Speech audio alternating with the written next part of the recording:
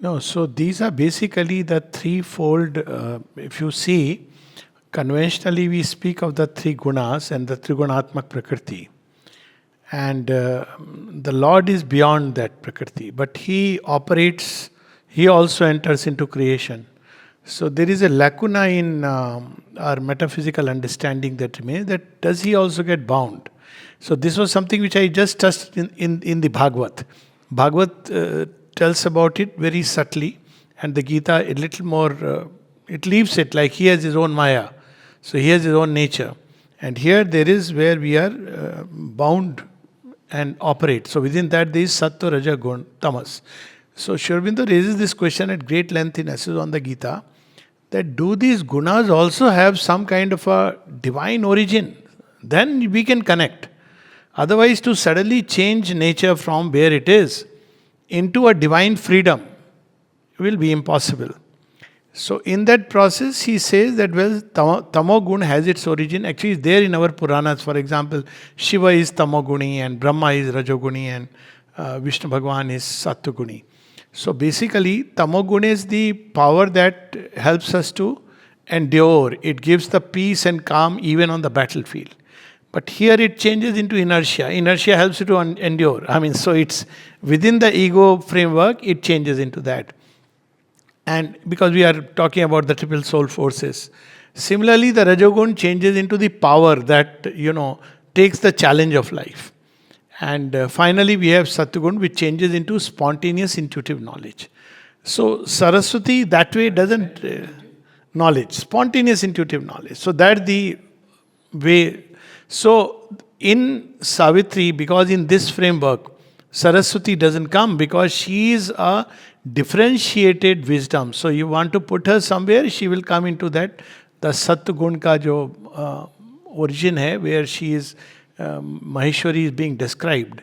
And there we have two kinds of knowledge. One is the knowledge which is of essential knowledge, and the other is the knowledge which enters into very differentiated knowledge, like knowledge of the details, how a flower is made. So all these details, that is also a knowledge. So if you read the mother, she is the goddess of perfect works, but that's because she has the right knowledge, perfect knowledge. And in India, she is regarded as the goddess of learning and many-sided learning. So she comes there. Very naturally she comes there. But she is not mentioned. Tell me one thing on that. Maheshwari is supposed to be the, but normally ordinary people, Lakshmi is there, Kali is... Yes, so Maheshwari doesn't come into the picture. Maheshwari is missing. So that's true. So basically if you take the names of these goddesses, they come basically in the Chandi by Rishi Markandeya. So, in Devi Bhagavatam or Devi Mahatma, you have Mahasaraswati, you have Mahakali and Lakshmi, but you don't have, they are aspects of Durga, but you don't have Maheshwari. So very often it is that there is a goddess who is in the background, not explicitly brought out, because in Devi Mahatma is mainly about the, let me put it like this, that the general, Maheshwari is like the general who lays down the large lines. So Maheshwari will say, conceive this all, and that's how it should be. Now after that, who comes into play? That's where the whole thing comes. So you will see that, Mahakali comes into play. She will just remove all that is unnecessary, cut the clutter, remove all that, clears the ground. Then comes Mahalakshmi. As things develop, she has to put them in order. And Mahasaraswati, who is then comes last, she comes to fit everything into the right place. So that's another kind of knowledge which. So Maheshwari is like in the background, and she's not explicitly mentioned. So that's there because these are. Shri Aurobindo has, let's say, upgraded many of these missing links. So it's assumed that in Durga there is wisdom. It is assumed. So whenever one talks about these aspects, they are straight from Devi Mahatma. So in that you have Durga, they are aspects of Durga. And who is Durga? She is the embodiment of wisdom and strength and compassion. You see aspects of Maheshwari in her. So there are different ways she has been seen. But the name is, yes, Shri Aurobindo puts everything in just the right place. But she is the youngest. Youngest is Mahasaraswati. Yes. Youngest is Because she comes at the end. When the house is built, then okay, now you have to do the detailing. That's where another kind of knowledge comes. It's a knowledge, but knowledge of the minutiae, the smallest details. Where do you want to put this frame? Where do you want to put this flower vase? Where do you want to put the book? How should you make a table? All this is like Maheshwari. So this is a knowledge which gets translated into those works which Maheshwari is not work. It's like she's drawing the blueprint of the cosmos. But Mahasaraswati goes into building all of them with that perfection. So she is a goddess of. Somewhere he has mentioned, or just my thought, that the other three depend on her. Yes, because you may have everything, but who will take care of these small? So that's why when you go to somebody's home, it may be a very big home, and everything may be very harmonious, but if nobody is there to take care of you. So Mahasaraswati arranges everything in such a caring way. She is described like that. Beautiful. The smallest details. There are lines in Savitri describing the mother's care of the smallest things. And that's why without Mahasaraswati you feel incomplete. Yeah. So, yeah. Is there a difference in psychic and atman? Yes, so, because they are terms belonging to different. I mean, psychic is a term not really used in Indian thought. It comes from the Greek. So, in Greek mysticism, psychic comes as the psychological center. It also implies inner. So, wherever the word psyche, it comes like soma and psyche. That's how you have the word psychosomatic. So, there are things which belong to the spiritual realm and things which belong to the physical realm. So, the term comes from there. You have no equivalent terms. But we have the term atman, which implies many things. That's the other part. So, very straight meaning of atman is self. Atma. Now, there are different schools which look at the self differently based on their own experience. So, one experience of the self is there is nothing like an individual self. There is only one self. So, there is nothing like a psychic being or an individual soul, which is also regarded as a kind of illusion in the last analysis. So, there have been a lot of discussions and debates in Indian Vedanta based on this, that whether there is like Buddha would say even that self is not there, anatmavad. So, basically, Atma in general refers to the self or the whatever that self is. Now, within that, one school believes there is only one self. There is nothing like you have a different Atma and I have a unique individual Atman. But there is another school which believes that there is something like an individual Atman, which is also real. And it doesn't get dissolved, it is immortal. So you have the Dvaita school and the Dvaita school, which believe that there is something called as an individual soul. And it makes sense, because if there is no individual soul, then entire talk about yoga is superfluous, because there is nothing like if there is no self, individual self. So anyway, this will get dissolved. Now people try to explain it. I am aware of that ego gets dissolved and they try to fill in the blank. But then it's a mechanical process happening in nature. So the whole idea of putting an effort of even individual mukti, because this raises a question, then who gets mukti? So multiple souls comes originally from Sankhya Darshan, and among the most prominent ones, Sri Krishna accepts it, and Aurobindo also accepts it. Now here comes the twist. So generally, if you go to the pure Vedantic concepts, you have the self, which is Brahman, there is one reality, and the Atman is there. That's how you put it. So where does this individual self come from? Does it come from there? That's how it is explained in typical Vedanta. But Sri Krishna reveals something very interesting. In the typical Vedanta, there is one self, it is reflected in the waters. So it looks like many, but there is no many. But the Gita leaves a very wonderful hint. It says, Para Prakriti Jiva Bhuta. It is the Para Prakriti, which is, in our parlance, the Divine Mother. She becomes the Jiva. Now, the moment you put that across, so why does she put forth the Jiva? Because she is the one who is organizing the play. So for the purpose of the play, entering into it, she puts forth an individual portion in creation. There is a passage in Savitri which describes, but since he knows the toil of mind and body and life, as a mother knows her children's lives, she puts forth a small portion of herself, a being no bigger than the thumb of man, to face the pang and to forget the bliss. So psychic being is a very special formation. That's why the mother says it's unique to earth. It is like, what to say, undercover agents. The psychic being is special deputy of the Divine Mother because she has created this creation for the play, for the Lord to inhabit. But then she has brought all these for a unique relation that each of us will have through the Divine Mother with the Lord, for the joy of multiplicity for which creation has been made.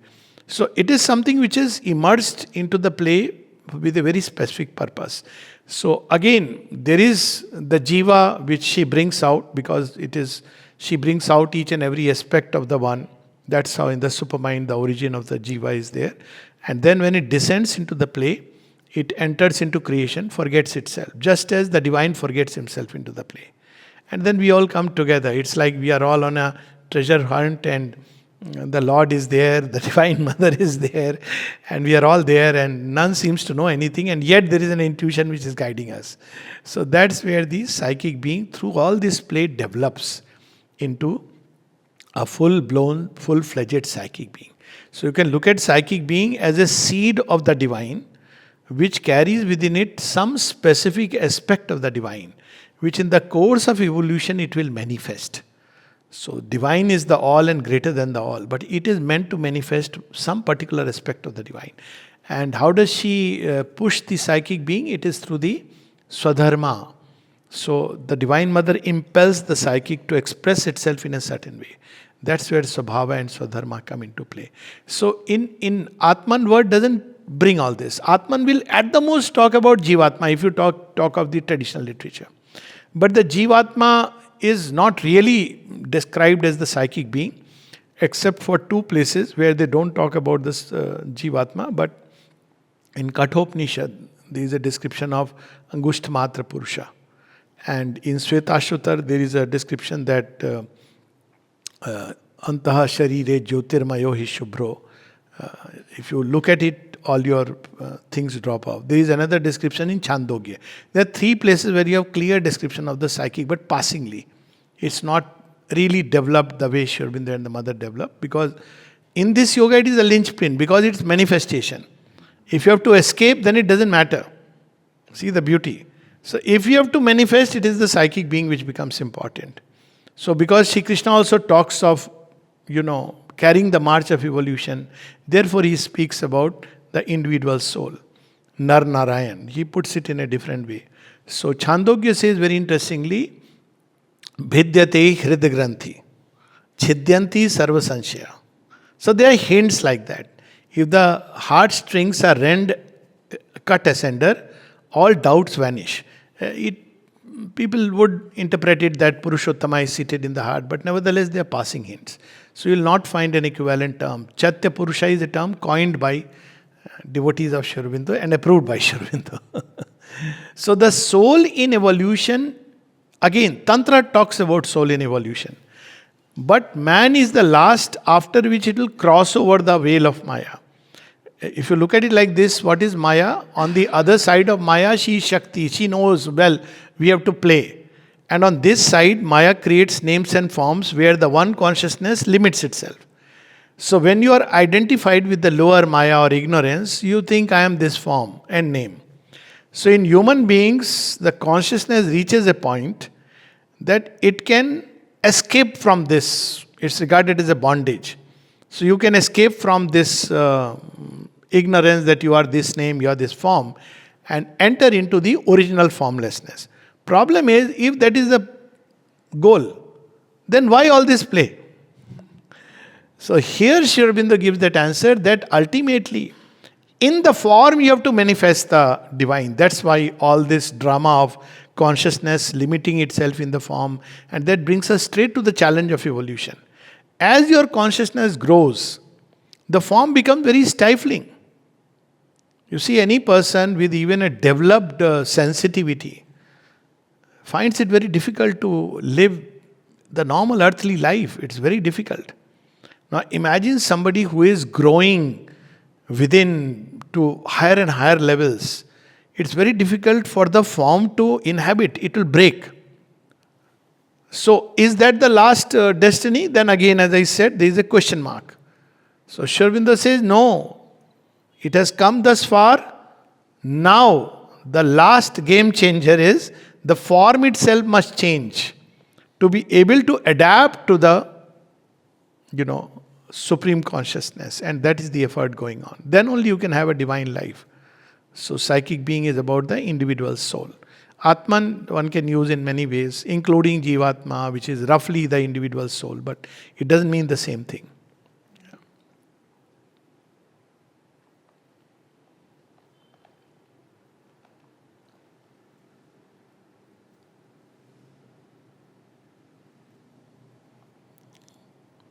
Any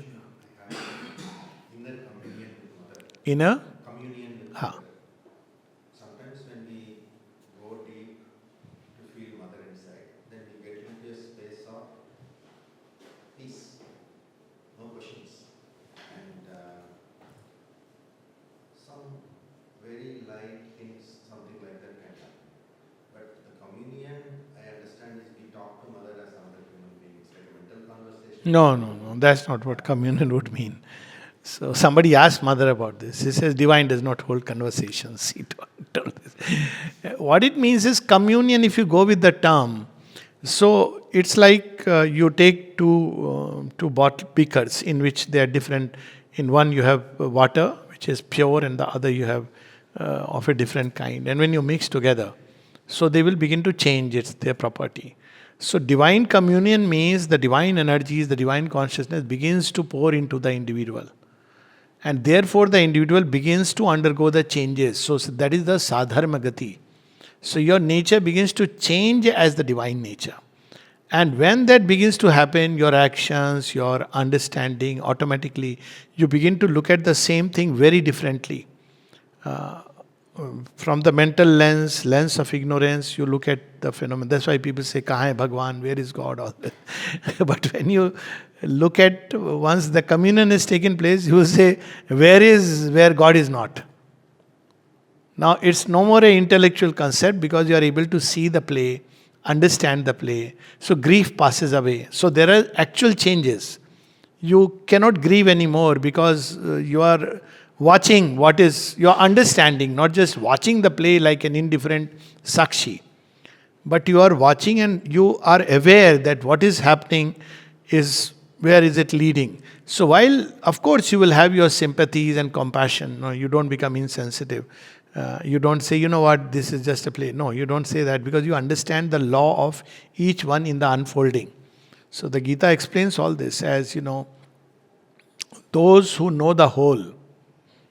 So it says those who know the whole should not misguide those who do not know the whole.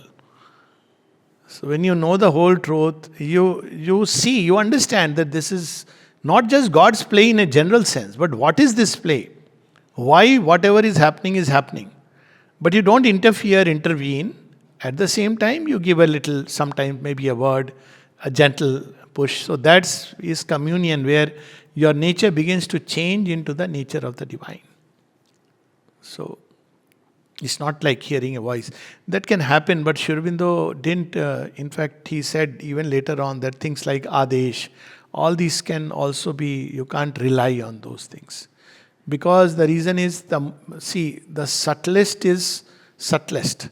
The moment it takes a form, sound and word is a form. Even at the height, it's a form. So form limits itself immediately. And first forms that start emerging is through the sound. And then as it enters into the seeker's consciousness, when it takes a body of words, picks up the language, to which we are conditioned, then it gets translated, it's gone. So one should not, it's the communication in consciousness, which is what actually happens with everyone. If you really look at life, All communications are fundamentally communications of consciousness. But because we have not developed directly, like Mother and Shri Aurobindo would not exchange words. And she has said if somebody saw us and heard us, he would completely get confused because Shri Aurobindo would say a word or two. The mother would respond, she has gone through the entire process that is contained in it. He says somebody we will never understand what we are referring to. So basically, words or any form, it becomes a limitation. So that's why people who don't speak much with each other understand best. Sorry, that's a little. The more you speak, the more confusion there is. Forms limit because you are trying to express something. Must have noticed, no? So imagine divine is expressing something in a body of words, and what human beings are made of his words. Even where you see in the Upanishad when there is Aham Brahmasmi, what Ravan made out of that. So it's about Sadharma Gati, basically. She begins to pour her consciousness. So peace, as you said, which is inside, begins to come to the surface. You don't have to really go within, try something, because it becomes a natural state. Yeah, that's what communion is. Yeah. You can say, not that one cannot through thoughts, everything is a medium. But communion is essentially the joining together. Same, this is Christianity also. Yeah, it is there. This symbol is very powerfully there in Christianity, which they've forgotten. Like the sacred bread and, sacrament, blood of Christ. They take wine literally. But yes, redemption by faith, all these things are there because Christianity lost the yoga very early. Shri Aurobindo says only 150 years of Christianity, the yoga was kept. Anything if you institutionalize, you finish it. It's finished because after some time there will be a priest who will control your do's and don'ts and what you will. There will be middlemen. So we talk of people crossing over to the supramental. Yeah. But there's also many some. Yeah. So the supramental, we are a little aware of what there is below, the three below, but the three above is not much talked about. Three above means the. Supramental and Anandam, Chaitanya. Acha, that, because they are not organized. So what happens is, the sheaths have to be individualized. It's like saying that the land next door is society's. Fact, no? But still, it's not organized. So you can't stay there. So similarly, the supramental, which is talked about as Karanamaya Sharira and Anandamaya Sharira or Kosh, whatever you want to say. Now they are not organized. So the moment an individual enters into it, he vanishes. He cannot, in earth, that is not embodied at all. So they are there. In principle, the land is like, the land is yours, but the fellow doesn't give you. So you can do nothing on the land. So the supramental and Ananda sheaths, ultimately, that's the destiny. But right now, evolution has only individualized the mental, vital and physical sheaths for man. So you can live an individual existence with these sheaths. Moment you try to enter, it will dissolve. That's what all the mystics say. But now slowly the supramental sheath is getting organized. That's what is happening today. And that's what it means crossing over. So that means first the brain and the mind will change into a supramentalized thought, mind of light. That's why Shri Aurobindo speaks about supramentalizing the overmind. It starts from there. Then slowly there will be a proper... Now once the sheath is prepared which can stay on earth, then human beings will transit into that directly, and that's a process switching over. They need not go through the process of birth. They will leave one body, let's say a man-made or the present human body, and those who are ready, that's what that vision means. So when they have come out of this body, they don't go through the process of death. They have two options.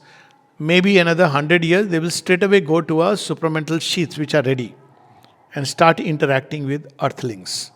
Or, right now what is happening is they are being stored I mean, in Aurobindo Dham, in the subtle physical, where they stay, they are getting prepared as earth consciousness evolves. They will. So it'll be no more by physical birth. That is very clear, and Sri Aurobindo and the mother has spoken of that. Because if you, the moment you are born through the physical means, so there is a lot of loss. You fall on the head. To recover that is 20 years gone. So it takes time and lot of loss. So supramental beings will crystallize. So, and they will crystallize even now. They would be, almost like operating, but not because they have to have an individual sheath. But they will crystallize. So from this side, the human as today has to develop these senses to be able to relate. So when I came first time to the ashram, people were telling me that mother is not there now and this and that. So first I gave a inner thing, ki, "Arey, what are you saying? Don't talk like this. Mother is always there and we have." Later on, I can share now. This is now 2003. For 3 months, so many places I was seeing Mother and Shri Aurobindo literally in their supramental bodies. It was so concrete. Then it was like, okay, now okay, now you go to work. So it's like that. That it is there, they are there. But you can't convince the mind of earth, as Narad says. And it's not important to convince, because those who are being prepared through yoga, they will cross over.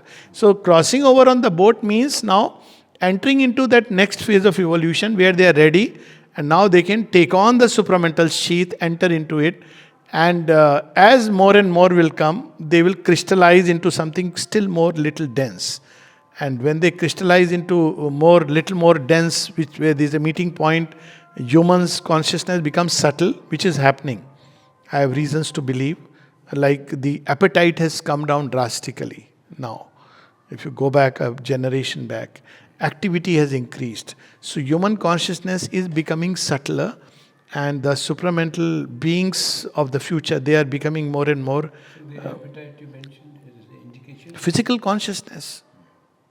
See, the more you are densely in the physical, the more you eat. Rakshasas eat like gluttons. If you go back to your parents, then compare. I mean, I'm sure. The way they could eat was like unbelievable. Everywhere, all over the world. My mamaji could eat 50 pudis and rabdi. They lived till 90s. 40 chapatis. That's it. So what has happened? Sexual tendencies, very paradoxically, and this is something which I was telling people. They say, "Arey, pornography," this. I say, "See, God will call the shot." Now that whole urge, it's like a catharsis which took place, it's almost fading away. I'm talking of data, not. So, certain things which are associated with the physical consciousness, which make it very gross, animal-like, they are automatically dropping off. And I can tell you, this is an automatic process. Now it has gone into that mode.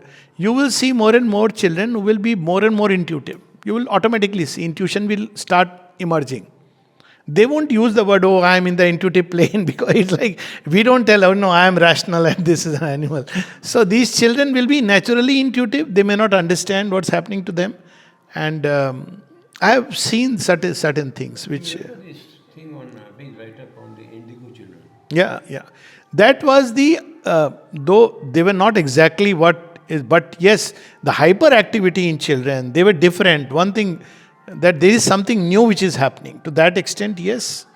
So. The appetite is not related to the physical work which old people were used to do. Now we have machines. Many people, like I'm talking about my mamaji, I don't know, they are not farmers.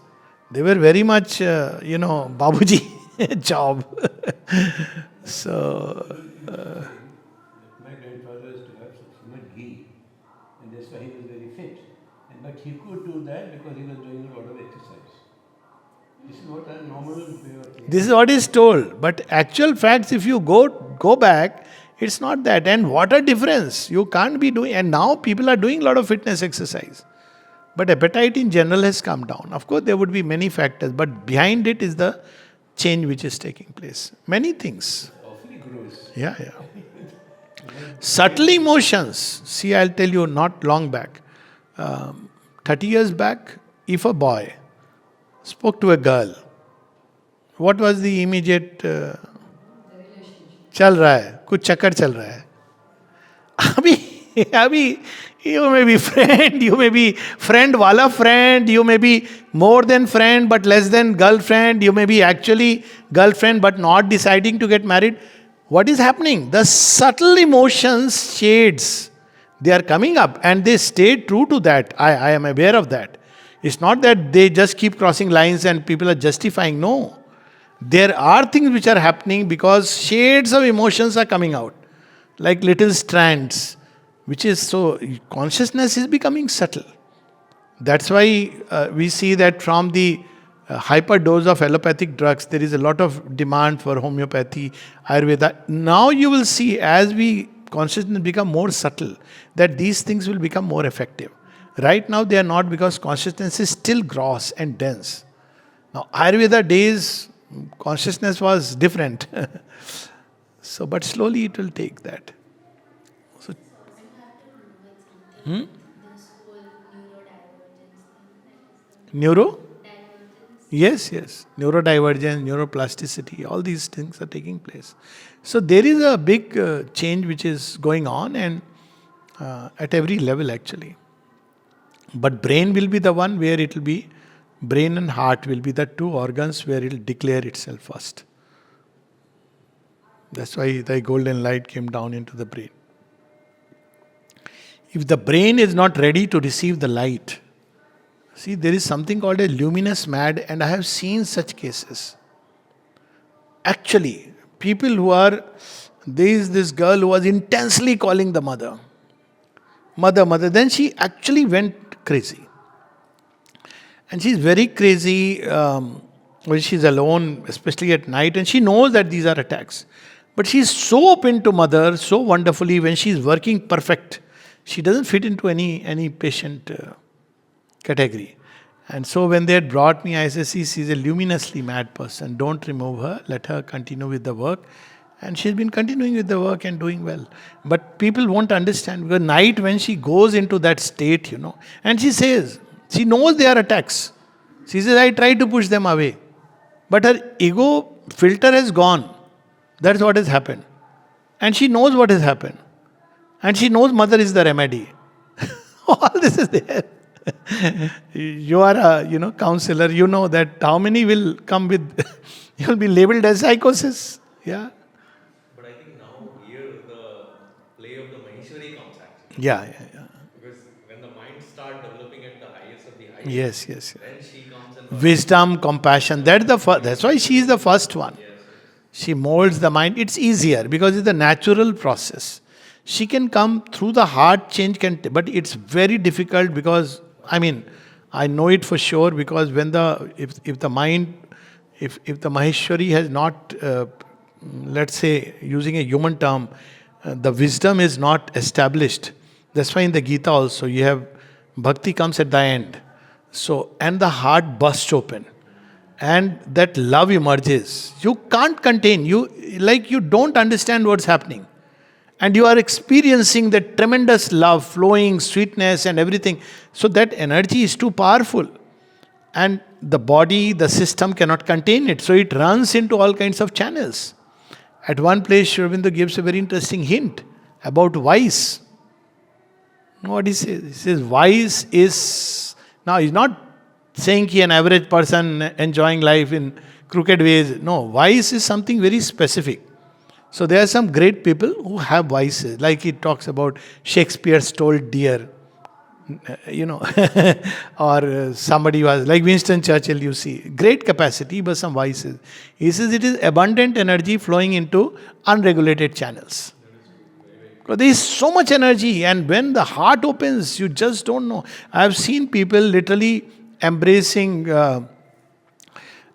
trees and pillars and, so this person was brought to me again. I had just come to the ashram, pagal ho gaya. So when I talked to him, when he described, I understood. I said, see, I understand what you are going through. Please don't embrace that much, you restrain, otherwise police will catch you. Because he was from a foreign country. So I said, see, I understand what you are going through completely. But so he said, thank you so much. Now it's last 20 years, he's doing fine. So he gets into these, but he knows that I should not do this. If I start doing this, now imagine how much dislocation it will create if you don't understand this. So you have to learn, and mother teaches you to regulate. Once the Maheshwari working starts, it's a process. So these things have to be seen in the course of sadhana as process and not as something fixed. And also, I think there is an experience where it's too much. Yes. If you end up making something stupid, it doesn't scratch you. Yes, because it's a different thing which is happening. Maheshwari's action, I'll tell you. So people earlier used to say, "Arey, Alok ji, your topic kahan?" मैंने बोला, actually I can share now because so many years. I experience not rivers, seas flowing inside. So it's difficult to just, put a filter and, cater to this or that. It doesn't work like that. So I just say yes when people say ऐसे बोलने थोड़ा इसके लिए उसके लिए I don't know. It's she who takes charge and pours. And earlier it used to be streams, rivers. I would feel that moment. It's an ocean which is flowing. So what do I do with that? I'm nobody actually. I don't exist. So she takes charge. So all this adaptation will go on. It will take a century or 2 centuries for the human body and mind and brain to adapt. Heart itself can get palpitations and things because you cannot contain that love. So it's a very tricky process. She only knows. If we learn that where the heart will stop, mother used to experience this, and then people didn't understand. So Dr. Bist, you must be knowing, he was mother's physician. So he was sharing this. He said, I would tell mother, ye ho raha heart mein, and she would just laugh and say, you don't understand. And she writes all this in agenda. And she would faint. People would think that she has got outwardly a heart attack. But then it was like that flow of that love. Human heart, no, even though she is more prepared. But body is still human. And it won't contain. She talks about the mind, brain. And where she says that it was like my brain is bursting into so many directions. And I know many people nowadays, headaches who are, resisting the opening.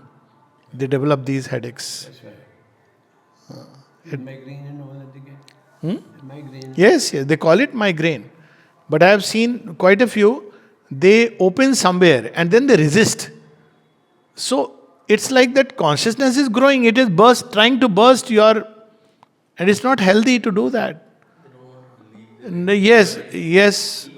Ego individuality. So I keep telling them, Bhaiya, khol do darwaje. But, then comes but. I said, then stay with the migraine. Or take medicine. That's the only thing you can do.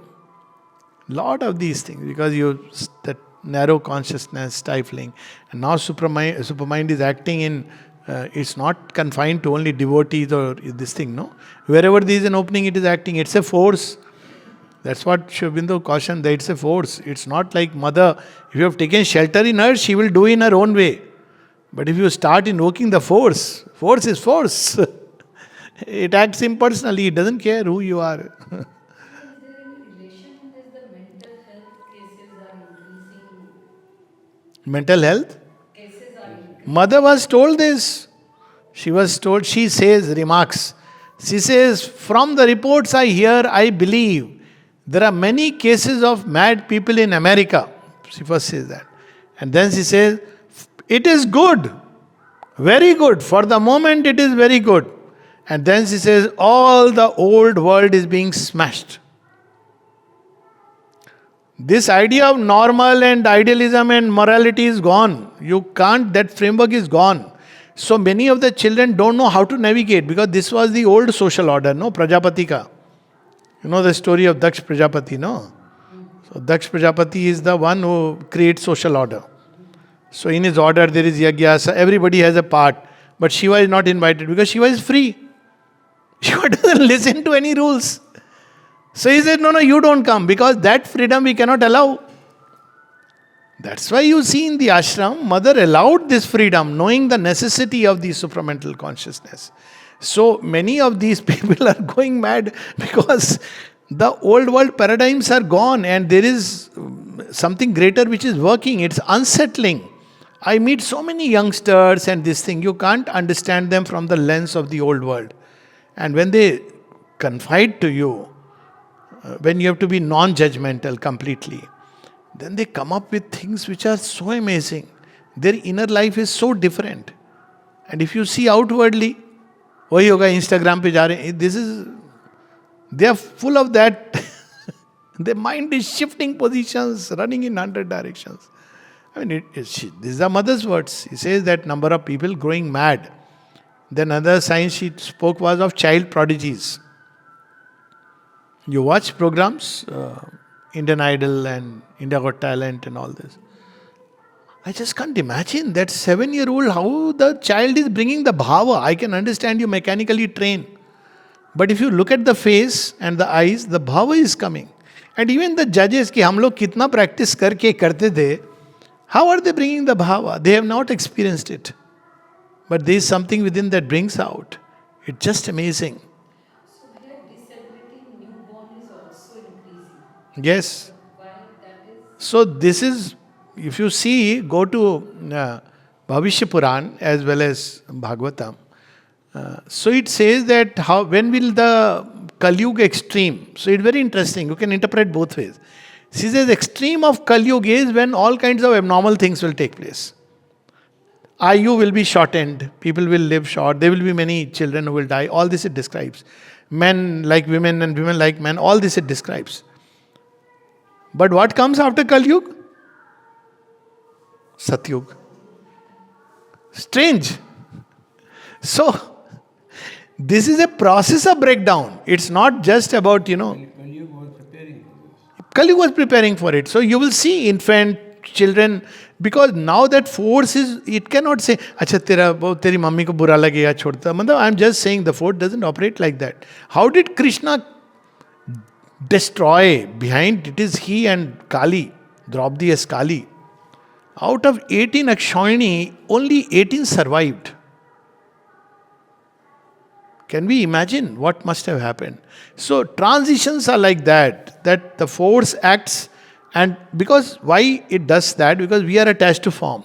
So we feel bad कि अरे बेचारा बच्चा कितना cute था क्यों चला गया? But for the divine force, even for nature, it's a toy which it will make again. That there is a poem of Shri Aurobindo, The Lost Boat. It says कोई बात नहीं तोड़ दाऊँ बना दूंगा. Aphorism भी है Shri Aurobindo के. That a woman lost a child and she cried, complaining against God. But I saw God take that child into his breast and console the mother. There is an experience of the mother.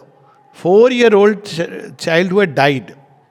So she describes that her parents had come and this child was with her, means in a being.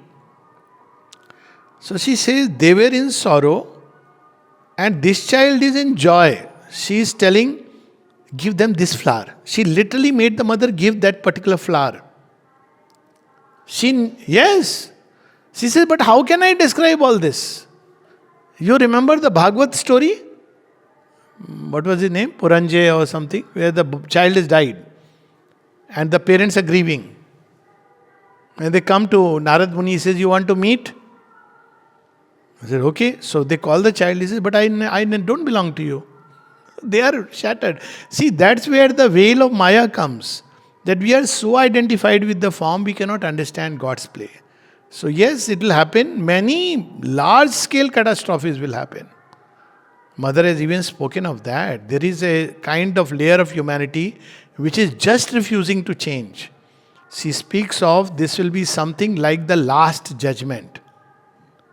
So she says large section of humanity, and she uses the word, it is an abortive attempt. Now, I'll tell you another example. All this was known to us in certain ways. When Vyas Rishi is invited, there are 2 occasions where he says that kill this baby. One of them was Shishupal. And the other is when Duryodhan comes. He says kill this child. Now, He's seeing into the future. But can a parent ever do that? That's where the veil of ignorance comes in. So it's a different story at two different levels. If you are in that level, then there is no grief. You see breaking and remolding for better. Narad goes and sees a... Narad says, Mahatma ko dekhne ka kya labh hota hai? You know this story. Narad Muni once asked Lord, what is the advantage of satsang? So Narad says, you are a saint person, you go, you check it out yourself, give satsang to someone. So he goes. So there is a little, as he enters earth, all this pity, all this starts coming in. So he sees a bird give birth to a little baby and he says, oh, what a cute baby. And the baby opens the eyes and dies. So Narad says, ये क्या है मेरे देखने से क्या हुआ? So he runs away. Suddenly, somebody catches him, Brahman Devta, हमारे घर में बछड़ा हुआ है. A calf has been born, please come and bless. Now he goes with confidence. Hurry, hurry, hurry. As he sees the calf dies. Now he is trying to escape. And suddenly, by now, news has spread. Narad, probably Brahman Devta, like that, is roaming around. And the king sends a summon. He says, we just have a Rajkumar, please go and bless the child. Now he is afraid. He said, Lord, ये क्या दिखा रहे हो कि देखने का क्या परिणाम होता है? So he goes very hesitantly because he has no choice now, his king's command. He goes and sees the child, and the child speaks that I am that bird and the calf. Nothing will happen now. So you are given an evolutionary shift. So now if you see from that angle, you will say, oh, so nice. But if you see from this side, I have letters which come on Ask Kaliyug even today that my kitten has died and I cannot get over the grief. I can understand because 2 days back my niece was doing the same thing. Mama crying, my kitten has died. What do? I say sit down and pray. Do some sraddh. Because this helps you. You feel you have done something. I said, do some sraddh ceremony and it will be fine. Going to the point about migraine coming because Some resistance, yeah. like sometimes even in meditation you feel something descends. At some point it is a headache. Yes, exactly. In the beginning it is, yes. How do we open? Because Imagine something vast. Imagine that the whole universe is in the mother. Even if one can... doesn't matter. Take the help of imagination. So after some time, because imagination is a powerful tool. It's a tool. Nobody is saying that if you imagine endlessness, you have actually entered into it. But it's a tool given to man. So you imagine something very vast and start like everything opening and entering into the vastness. Because that is the real experience. When the mind opens, it shatters all the layers. And you enter into that vast consciousness. That is Chinnamasta, by the way. When Chinnamasta Devi slays her head, then what happens? New creation emerges. So you have below her feet the copulating couple. So she is regarded as the goddess of fertility. So the Divine Mother gives her own self to bring out the new creation. So she is the very fierce form of goddess. So one has the ego which is symbolized in the mind, that has to go. So it is resisting, in various ways it resists. So each one has his own way, but to me that then, whatever, long back, so that conceiving wideness, vastness was very helpful. And Mother has spoken about it.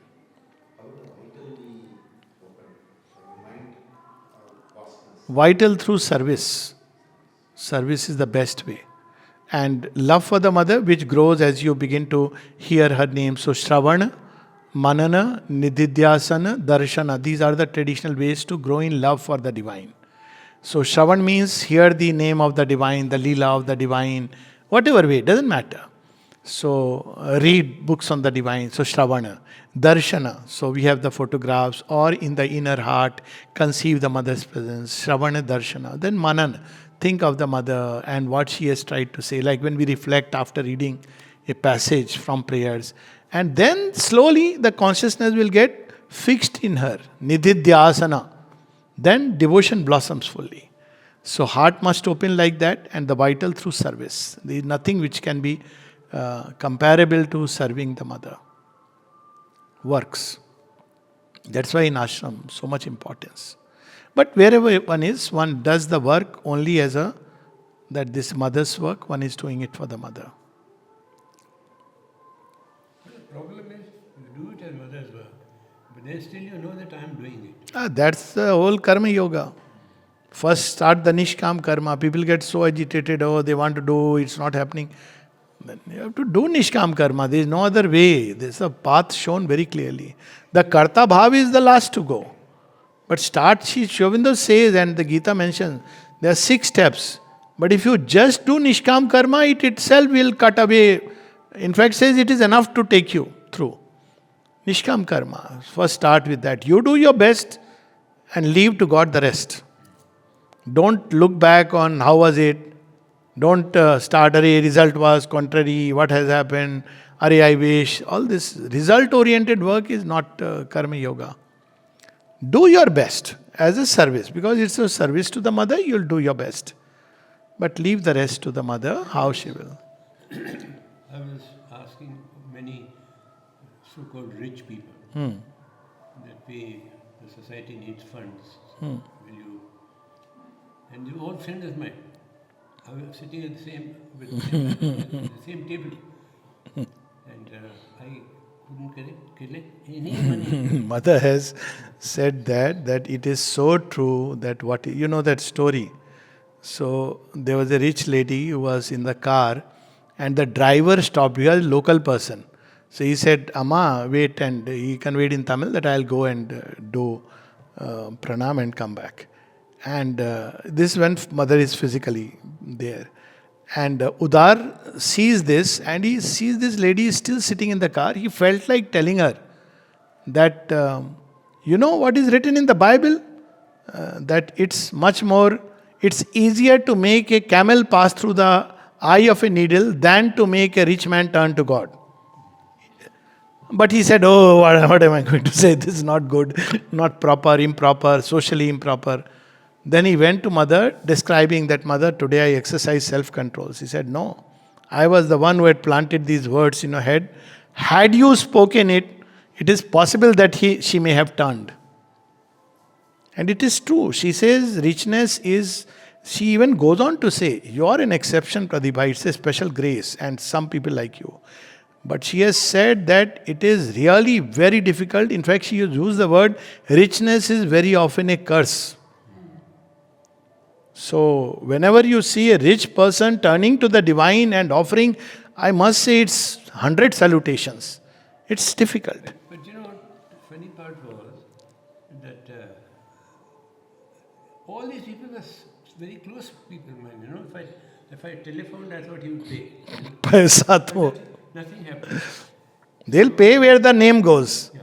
Then Navjatji, I asked him. He said, you will get the money from him when she wants to take from him. She has gone to say this much, it's much better to take money from one person. Because she knew the problems that rich people bring in. You see, Birla never donated to the ashram. Ford had put a condition, mother never took it. Birla ji said that, well, I will donate provided you put a plaque in my name. Mother said, put it in Golkund on the floor. True story. So basically, because it's not, you see all the mandirs, nice mandir they have built. Yeah. If you see, but they are known as Birla Mandir. It's an irony. So, very nice mandirs, but you can't get rid of that karta bhav. And here, something within knows that divine ko to doge paisa, wo sab chhin lega. I am putting it humorously. She will not leave anything. Which is beautiful, of course, but very difficult to. Those who have nothing, ठीक है, ले लो माँ, है क्या देने का? कुछ होने से problem है. There is a famous dialogue. That जब कुछ नहीं होता है तो तुमको खोने का डर नहीं होता है बिकॉज अभी नंगा हो गया, अभी क्या लेना है भगवान इज्जत भी नहीं छोड़ते हैं. और जब कुछ भी होता है you want to hold on. I think chalo we'll close it. We had a lot of joy and fun. So how do you go and ask, say, and the mother doesn't want to take from it. Yes, So why are you feeling bad? I was told, why are you feeling bad if the mother doesn't want correct, to take it? She will correct. not take it. Yes, So why are you pushing, you see? yes, absolutely. Arey, it is for him a benefit being given to connect with the divine. He doesn't want to, it's okay. Between divine and him. Chalo. Jai Ma, Jai Ma.